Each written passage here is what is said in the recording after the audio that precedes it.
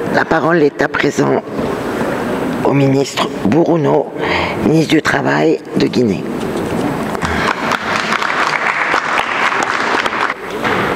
Madame la Présidente, la présente conférence se déroule dans un contexte où la question de la protection sociale des travailleurs est au centre des préoccupations mondiales. Plusieurs efforts sont déployés par des instances de l'Organisation internationale du travail et par l'ensemble des acteurs de la communauté internationale pour établir les bases d'une protection sociale universelle pour tous les acteurs du monde du travail.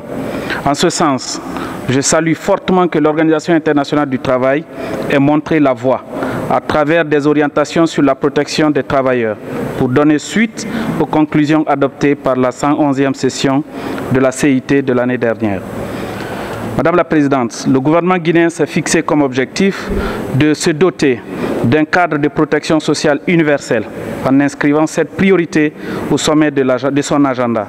À cet effet, des mécanismes concrets ont été mis en place pour élargir la couverture sociale et améliorer les conditions de vie des populations guinéennes. La Caisse nationale de prévoyance sociale a été créée pour la couverture sociale des travailleurs du secteur public. Des centres de diagnostic médical ont été mis en place pour améliorer la prise en charge sanitaire des travailleurs des secteurs mixtes et privés. L'assurance maladie pour les travailleurs du secteur public est effective et le programme d'extension de la couverture sociale du secteur informel est en cours de mise en œuvre. Par ailleurs, des chantiers d'élaboration du Code de prévoyance sociale, de révision des codes du travail et de sécurité sociale ont été lancés. En effet, notre pays est pleinement engagé à garantir que chaque travailleur exerce dans des conditions décentes et que chaque lieu de travail en Guinée soit sûr et sain. Je salue les initiatives et les efforts importants de l'Organisation internationale du travail pour soutenir les politiques et stratégies en vue d'une transition juste vers des économies et des sociétés écologiquement durables. La Guinée s'est engagée à se joindre aux autres pays membres pour relever les défis en matière de développement durable et reste mobilisée pour soutenir les capacités du BIT afin de garantir des emplois décents dans un monde en pleine mutation. En abordant la question de la justice sociale, le monde entier reconnaît que sans justice sociale, il n'y a pas de paix. C'est pourquoi la justice sociale doit être un levier central de nos politiques et stratégies de développement, conformément à la vision de l'OIT et à la déclaration de Philadelphie.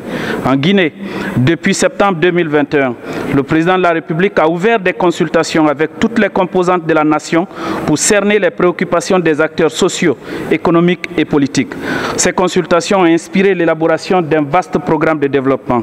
Et pour garantir la croissance inclusive et réductrice de pauvreté, des ponctions sont directement opérées sur les revenus tirés de l'exploitation minière et ces revenus sont directement redistribués aux communautés à travers des mécanismes mis en place. De plus, plusieurs conventions collectives ont été initiées pour revaloriser le salaire minimum des travailleurs les plus défavorisés dans les secteurs les plus dynamiques de l'économie guinéenne. Madame la Présidente, le gouvernement guinéen a pris des mesures concrètes pour mettre en place un cadre national de dialogue social à travers la création du Conseil national du dialogue social, dont la mission est d'assurer la concertation permanente entre l'État et les partenaires sociaux. Pour soutenir cette dynamique, la Confédération générale des travailleurs de Guinée, patronat unifié, a mis en place son conseil d'administration. Et dans la même perspective, le mouvement syndical guinéen représentant les travailleurs dispose désormais d'une coordination générale réunissant l'ensemble des centrales syndicales du pays. Et par ma voix, la Guinée exprime sa gratitude envers le Bureau international du travail pour son appui constant, grâce auquel la République de Guinée renforce le dialogue social tripartite en élaborant notamment et pour la première fois une charte nationale du dialogue social, fruit du consensus de toutes les parties prenantes. Madame la Présidente, dans ce monde en pleine mutation, la mise en œuvre de l'ambitieux programme présenté par Monsieur le Directeur général du BIT, axé sur le nouveau contrat social et la justice sociale, nécessite la mobilisation de tous. Nous devons orienter nos actions vers des politiques plus inclusives, durables et respectueuses de l'équilibre environnemental pour préserver le socle du travail décent pour les générations futures. Je vous remercie.